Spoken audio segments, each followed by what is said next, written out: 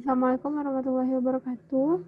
Perkenalkan, nama saya Nailatul Fadila Syarwan dari kelas D3SI 4403 dengan NIM 6701204053. Nah, pada kesempatan kali ini saya akan menjelaskan tentang tugas arsitek jaringan komputer, yakni dengan materi komputer, memori, dan juga input-output dari komputer tersebut.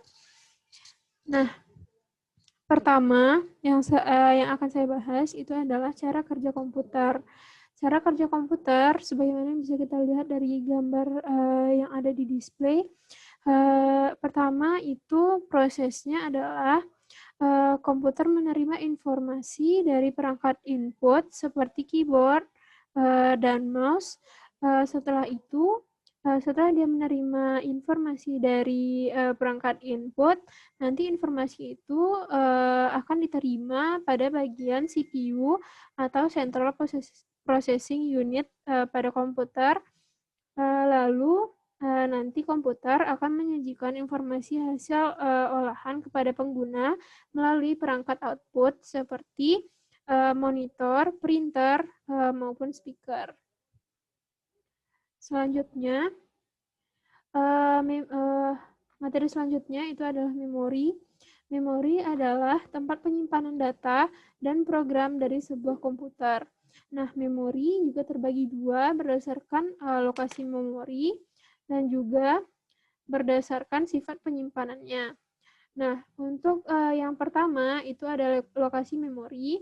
Lokasi memori itu terbagi dua juga. Yang pertama itu ada internal dan juga eksternal.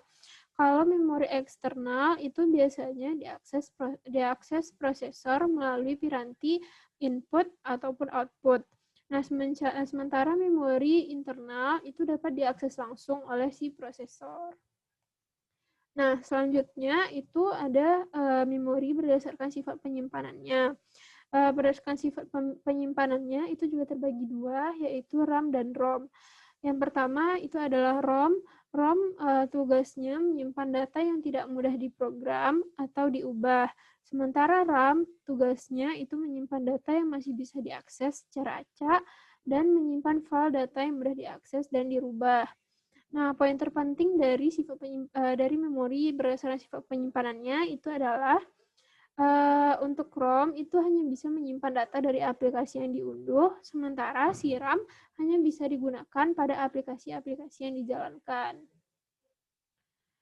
Nah, materi selanjutnya itu adalah input dan output komputer. Input dan output komputer adalah sistem mikroprosesor yang dipakai untuk menghubungkan perangkat luar dengan komputer. Pertama, itu ada alat input komputer. Alat input komputer yang digunakan untuk menerima data user dalam bentuk teks, angka, gambar, atau bentuk digital lainnya. Contohnya di sini yang saya berikan ada 4, yaitu yang pertama ada scanner, mouse, keyboard, dan juga joystick. Di sini fungsi alat input komputer yang saya berikan tadi, yang pertama itu ada keyboard, yaitu fungsinya menginputkan data berupa angka, huruf, maupun simbol yang diketik oleh penggunanya. Yang kedua ada mouse, gunanya untuk menggerakkan pointer, menjalankan program, dan memilih objek. Yang ketiga ada scanner, yaitu untuk pengganda berkas, penggunaannya untuk kemudian dikonversi dan disimpan dalam bentuk digital. Nah, yang terakhir ada joystick.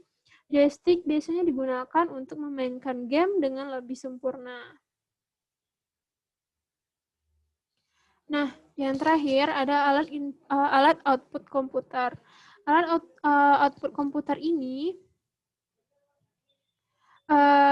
yaitu peralatan elektronik yang terhubung dengan komputer yang digunakan untuk mengirimkan data dari komputer dalam bentuk teks, suara, gambar, dan media lainnya. Contoh di sini yang saya berikan itu ada 5. Yang pertama ada monitor, kedua printer, ketiga speaker, keempat proyektor, yang terakhir itu ada headphone. Nah, untuk fungsi alat input komputer tersebut, yang pertama ada printer. Printer di sini fungsinya untuk mengambil data elektronik yang tersimpan dalam komputer atau perangkat lain dan menghasilkan salinan data tersebut. Yang kedua, ada monitor. Fungsinya adalah menampilkan data berupa teks, gambar, dan video. Yang ketiga, ada speaker. Speaker itu fungsinya sebagai penghasil suara. Dan yang keempat itu ada proyektor, gunanya untuk mengambil gambar yang dihasilkan oleh komputer atau pemutar Blu-ray. Nah, yang terakhir itu ada headphone. Headphone itu fungsinya adalah untuk menghasilkan suara, untuk mendengarkan audio secara pribadi setelah dihubungkan pada speaker. Nah, hanya segitu yang dapat saya sampaikan untuk rangkuman materi dari arsitek jaringan komputer kali ini. Jika ada salah kata, saya mohon maaf.